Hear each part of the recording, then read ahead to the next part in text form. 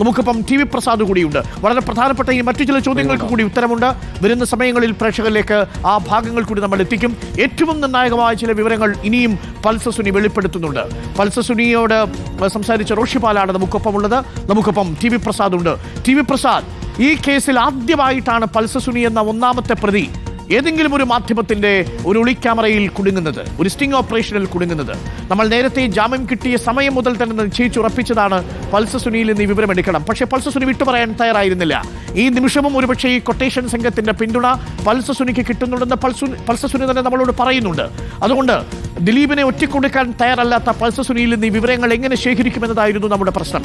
നമ്മൾ റോഷിപാലിനെ പലതവണ വിടുമ്പോഴും ആദ്യം നിസ്സഹകരിക്കുന്ന പൾസർ സുനിയാണ് നമ്മൾ കാണുന്നത്. പിന്നീടൊരു ഘട്ടത്തിൽ പുസ്തകം എഴുതണം എന്ന രീതിയിൽ പോയി സമീപിക്കുമ്പോൾ, ക്യാമറകളില്ലാതെ വരാൻ പോകുമ്പോൾ വരണമെന്നും സംസാരിക്കണമെന്നും പറഞ്ഞ് പലതവണ നടത്തി ചുറ്റിച്ചതിന് ശേഷമാണ് കാര്യങ്ങൾ തുറന്നു പറയാൻ പൾസർ സുനി തയ്യാറായത്. ഇപ്പോഴും പൾസർ സുനിക്ക് ഉറപ്പുണ്ടായിരുന്നില്ല ഈ ദൃശ്യങ്ങൾ നമ്മുടെ ചാനലിൽ സംപ്രേഷണം ചെയ്യുമെന്ന്. ആ അർത്ഥത്തിൽ ഒന്നാമത്തെ പ്രതിയുടെ കുറ്റസമ്മതം ഈ കേസിൽ എത്രത്തോളം നിർണായകമാവുകയാണ് TV പ്രസാദ്? അരുൺ പറഞ്ഞതുപോലെ ഏറെ നിർണായകമാണ് ഈ വെളിപ്പെടുത്തൽ എന്നതാണ്. കാരണം അന്വേഷണ സംഘത്തിന് മുമ്പാകെ, കോടതി മുമ്പാകെ പറഞ്ഞതിൽ നിന്ന് എത്രയോ കൂടി കൂടുതൽ ഈ ഒളിക്യാമറ ദൃശ്യങ്ങളിൽ പൾസർ സുനി പറയുന്നു എന്നുള്ളതാണ് ഈ വാർത്തയുടെ ഏറ്റവും പ്രധാനപ്പെട്ട കാര്യം. അരുൺ, റോഷിപാലിൻ്റെ ഈ വാർത്ത അത് കേരളത്തിൻ്റെ മാധ്യമ ചരിത്രത്തിൽ അത്യപൂർവമാണ് എന്ന് തന്നെ പറയേണ്ടി വരും. കാരണം അന്വേഷണ സംവിധാനം, പ്രോസിക്യൂഷൻ പരമാവധി ശ്രമിച്ചിട്ടും എത്താൻ പറ്റാത്ത മേഖലകളിലേക്കുൾപ്പെടെ ഈ കേസിലെ ഒന്നാം പ്രതി നടത്തുന്ന വെളിപ്പെടുത്തൽ അത് മാധ്യമ ചരിത്രത്തിൽ നിർണായകമാണ്. പ്രത്യേകിച്ച് ഈ കേസിൽ ഏറെ സഹായകരമാകും എന്ന കാര്യത്തിൽ ഒരു സംശയവുമില്ല.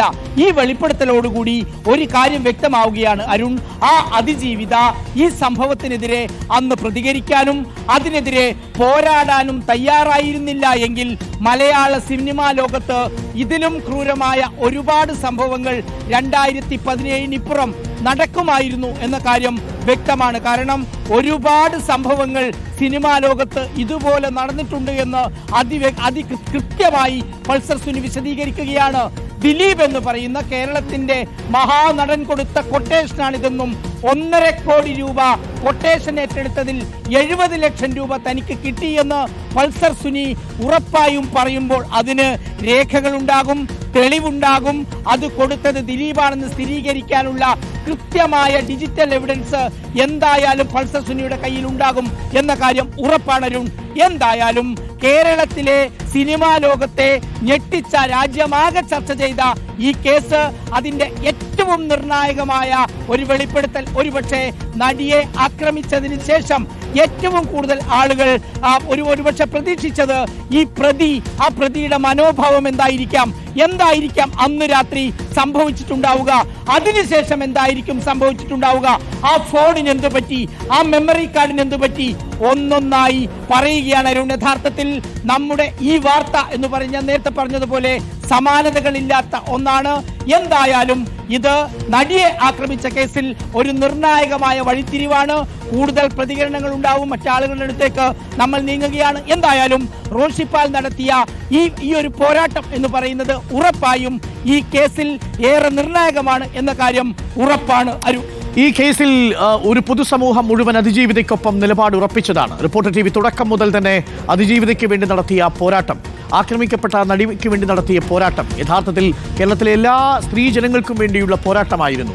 സമൂഹത്തിൽ ഉന്നത സ്ഥാനങ്ങളിലിരിക്കുന്നവർ, പ്രത്യേകിച്ച് ഒരു ചലച്ചിത്ര താരം, ആ ചലച്ചിത്ര താരത്തിൻ്റെ ഔന്നത്യം, ആ ചലച്ചിത്ര താരത്തിൻ്റെ ഉന്നത ബന്ധങ്ങൾ അതുപയോഗിച്ചുകൊണ്ട് ഈ കേസ് തേച്ചു മായ്ച്ച് നടത്തുന്ന എല്ലാ ശ്രമങ്ങളെയും റിപ്പോർട്ടർ TV ആദ്യഘട്ടം മുതൽ തന്നെ പ്രേക്ഷകരുടെ മുന്നിൽ എത്തിച്ചിരുന്നു.